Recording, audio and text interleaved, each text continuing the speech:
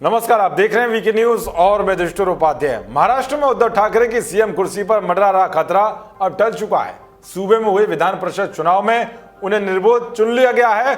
इसके बाद से अब उद्धव ठाकरे के मुख्यमंत्री पद की दावेदारी पर कोई खतरा नहीं है और महाराष्ट्र में महाविकास आघाड़ी गठबंधन पर मंडरा रहा खतरा टल चुका है, क्योंकि अगर इस चुनाव में उद्धव विधानमंडल के सदस्य नहीं बन पाते तो मुख्यमंत्री के पद से इस्तीफा देना पड़ता। खैर, अब इसी कड़ी में शिवसेना ने अपने मुखपत्र सामना में एक संपादकीय छापा है।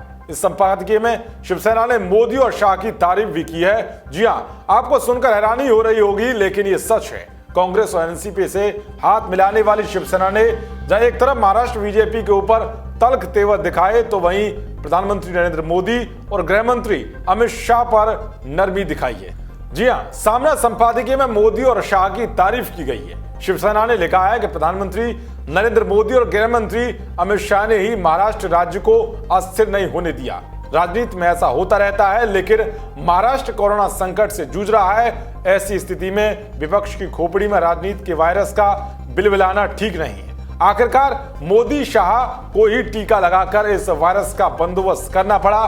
शिवसेना के इस रुख को देखकर तो ऐसा लगता है कि शिवसेना को अभी भी बीजेपी में अपना भविष्य दिख रहा है और आगे अगर कांग्रेस और एनसीपी से बात नहीं बनती है तो फिर से अपने सहयोगी रही बीजेपी के साथ मिलकर सरकार बना सकती है। और शिवसेना का ये झुकाव ऐसे समय में देखने को मिला है जब उद्धव ठाकरे को विधान परिषद चुनाव में निर्विरोध चुन लिया गया है। बता दें कि इससे पहले शिवसेना ने अपने मुखपत्र सामना में महाराष्ट्र बीजेपी पर मुख्यमंत्री उद्धव ठाकरे के विधान परिषद चुनाव के निर्वाचन में अड़ंगा डालने का आरोप लगाते हुए लिखा था, विरोधियों के कई प्रयोग उन्हीं पर उल्टे पड़ गए। विरोधियों को पता था कि मुख्यमंत्री ठाकरे को किसी भी तरह से विधानमंडल का सदस्य बनने से रोक लिया जाए तो मुख्यमंत्री को इस्तीफा देना पड़ेगा, फिर महाराष्ट्र में राष्ट्रपति शासन लग जाएगा, फिर किसी एक सुबह शपथ ग्रहण समारोह आयोजित कर डालेंगे।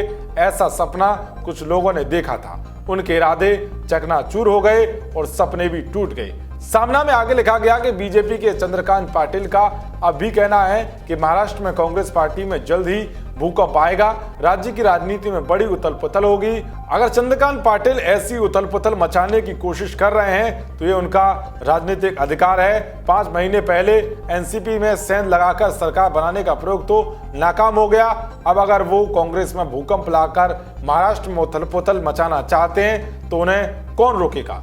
बता दें कि कोरोना वायरस की वजह से महाराष्ट्र में विधान परिषद के 2 सालों के चुनावों को स्थगित कर दिया गया था, लेकिन ठाकरे की ओर से प्रधानमंत्री मोदी को फोन पर बात किए जाने के बाद चुनाव की घोषणा हुई, जिसमें शिवसेना प्रमुख उद्धव ठाकरे ने अपनी सीएम की कुर्सी बचा ली और इसके अलावा 9 सदस्यों का निर्विरोध चुनाव किया गया। शिवसेना के बदलते तेवरों को लेकर आपकी क्या राय है, कमेंट बॉक्स में जरूर बताएं। देश और दुनिया की तमाम खबरों को पाने के लिए देखते रहिए वीके न्यूज। नमस्कार।